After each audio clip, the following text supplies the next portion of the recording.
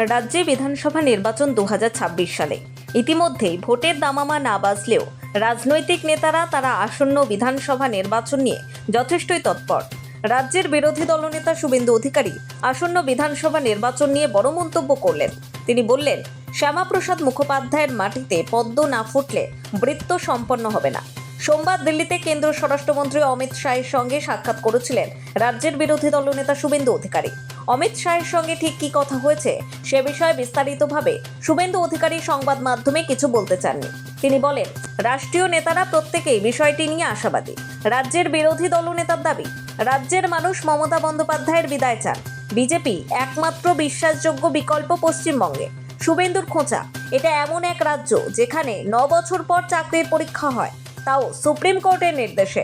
নিশ্চিতভাবে 6 মাস পরে পশ্চিমবঙ্গে নির্বাচন আছে। উনি দেশের বড় নেতা এবং উনি মনে প্রাণে চান ডক্টর শ্যামাপ্রসাদ মুখার্জি যে বাঙালি এই দল প্রতিষ্ঠা করার পিছনে ছিলেন, মানে জনসংঘ থেকে ভারতীয় জনতা পার্টি, সেই ডক্টর শ্যামাপ্রসাদ মুখার্জির মাটিতে যতক্ষণ না পদ্ম ফুটছে, 20টা 21টা 25টা যত রাজ্য হোক না কেন, বৃত্ত সম্পূর্ণ হয় না। স্বাভাবিকভাবে প্রত্যেকেই রাষ্ট্রীয় নেতারা প্রত্যেকেই ইন্টারেস্টেড যে 3 থেকে যদি 77 হয়, 77 থেকে কেন 177 হবে না। যদি বিজেপির 10% ভোট বাড়তে বাড়তে 39-40%-এ গিয়ে দাঁড়ায়, তো 40% ভোটটা কেন 45% করা যাবে? এটা তো স্বাভাবিকভাবেই সকলেই ইন্টারেস্টেড, এটা তো বাইরে বলার জন্য নয়।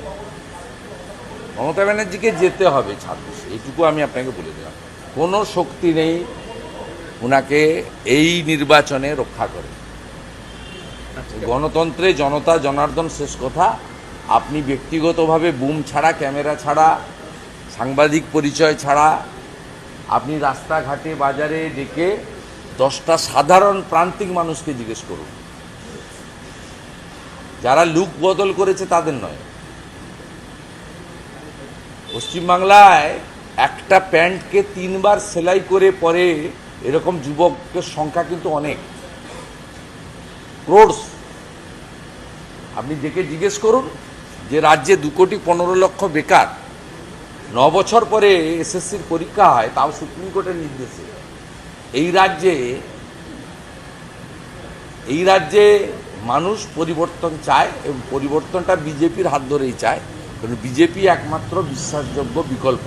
তার কারণ বিজেপি পরিচালিত রাজ্যগুলিতে যেই ব্যক্তিদের দ্বারাই মন্ত্রিসভা নিয়ন্ত্রিত হোক না কেন, পুরো নজরদারিটা থাকে নরেন্দ্র মোদীজির। প্রসঙ্গত আপাতত এখনো চর্চায় রয়েছে অমিত শাহর সঙ্গে শুভেন্দুর বৈঠকের বিষয়টি।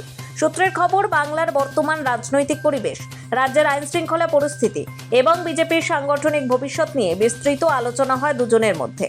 রাজ্য বিজেপির ভিত মজবুত করতে কী পদক্ষেপ নেওয়া উচিত সেই সংক্রান্ত দিক নির্দেশও মেলে বলে জানা যাচ্ছে। রাজনৈতিক মহলের মতে, বিধানসভা ভোটের আগে রাজ্যের সংগঠন চাঙ্গা করতে এই বৈঠক যথেষ্টই গুরুত্বপূর্ণ। নোবেল বাংলা।